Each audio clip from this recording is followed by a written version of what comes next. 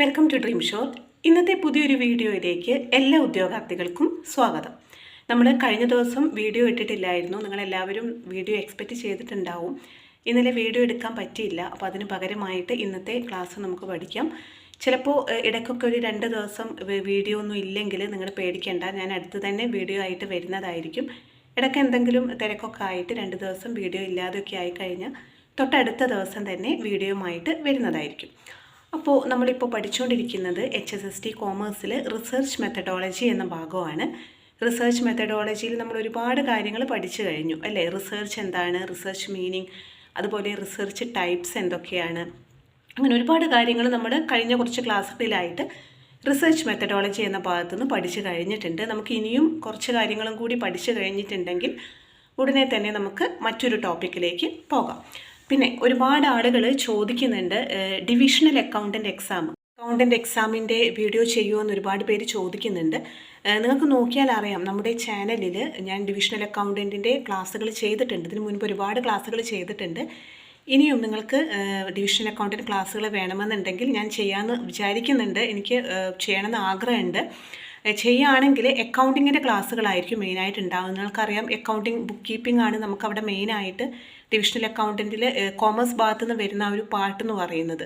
അപ്പോൾ അതിൻ്റെ ക്ലാസ്സുകൾ തരണമെന്ന് ഞാൻ വിചാരിക്കുന്നുണ്ട്. അധികം വൈകാതെ തന്നെ ആ വീഡിയോസ് ചെയ്യാമെന്ന് വിചാരിക്കുന്നു. അപ്പോൾ ഇതുവരെ നിങ്ങൾ തന്നിട്ടുള്ള എല്ലാ സപ്പോർട്ടിനും ഒരുപാട് താങ്ക്സ് ഉണ്ട്. ഇനിയും ഇതുപോലെ തന്നെ നിങ്ങളുടെ സപ്പോർട്ട് ഉണ്ടായിരിക്കണം. എല്ലാവരും വീഡിയോസൊക്കെ മുടങ്ങാതെ കാണുക. അതുപോലെ തന്നെ ഈ ഒരു ക്ലാസ്സുകൾ, ഈ ഒരു എക്സാമുകളൊക്കെ എഴുതുന്ന നിങ്ങളുടെ ഫ്രണ്ട്സിന് നിങ്ങൾ ചാനലിൻ്റെ ലിങ്ക് ഒന്ന് ഷെയർ ചെയ്ത് കൊടുക്കുക. സബ്സ്ക്രൈബ് ചെയ്യാതെ ഈ ഒരു ചാനൽ കാണുന്നുണ്ടെങ്കിൽ സബ്സ്ക്രൈബ് ചെയ്യാനും മറക്കരുത്. അപ്പോൾ നമുക്ക് ഇന്നത്തെ ക്ലാസ്സിലേക്ക് പോകാം. ഇന്ന് നമുക്ക് എടുക്കാനുള്ള ഭാഗം റിസർച്ച് മെത്തഡോളജിയിൽ വളരെ ഇമ്പോർട്ടൻ്റ് ആയിട്ടുള്ള, ഏറ്റവും കൂടുതൽ ക്വസ്റ്റ്യൻസ് റിപ്പീറ്റ് ചെയ്ത് ചോദിച്ചിട്ടുള്ള ഒരു ഭാഗമാണ് റിസർച്ച് ഡിസൈനാണ് ഇന്ന് നമ്മൾ എടുക്കുന്നത്.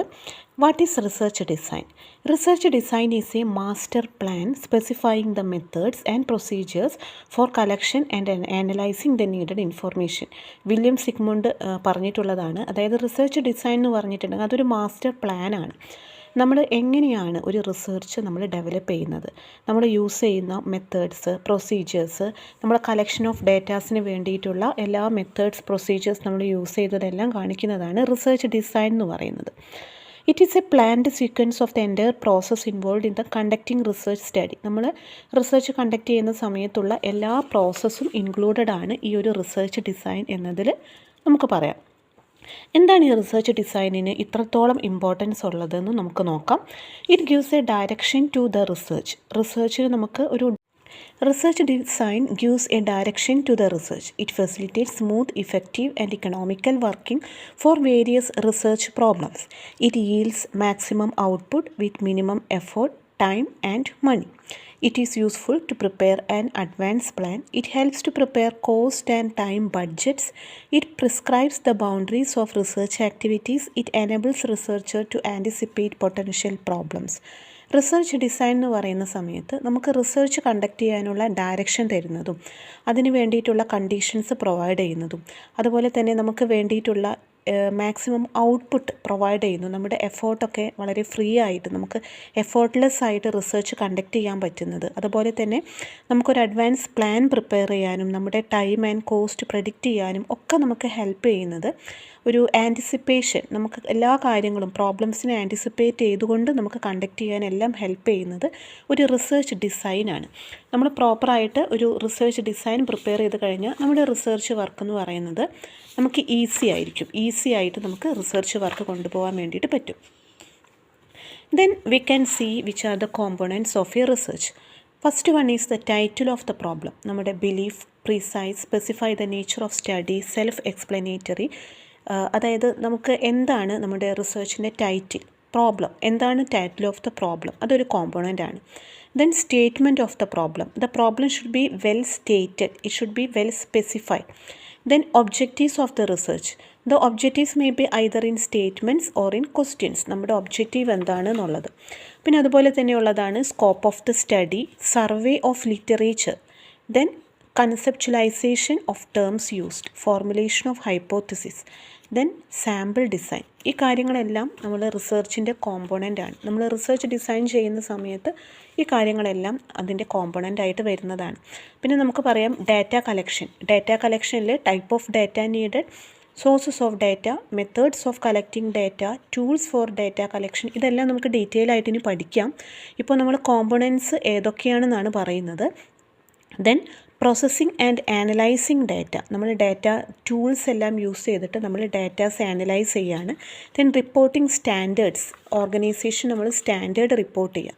These all are the components of a good research design. Research ഡിസൈനിൻ്റെ കോമ്പോണൻസിൽ വരുന്നതാണ്. ദെൻ നമുക്ക് നോക്കാം which are the characteristics of a good research. ഒരു ഗുഡ് റിസർച്ച് എന്ന് പറയുമ്പം അതിന് എന്തൊക്കെ ഫീച്ചേഴ്സ് വേണം? First one is flexibility. You know what is flexibility? The research design must allow the possibility of changes in methodology in future if the research demands so. എന്തെങ്കിലും changes നമ്മുടെ റിസർച്ചിൽ വേണമെന്നുണ്ടെങ്കിൽ, നമ്മുടെ റിസർച്ചിൽ എന്തെങ്കിലും if it demands any changes, it is possible to make change. Then next one is appropriate.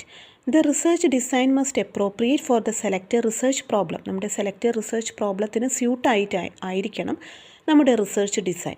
Then efficient. It must be able to provide maximum information with minimum effort and cost. Then economical.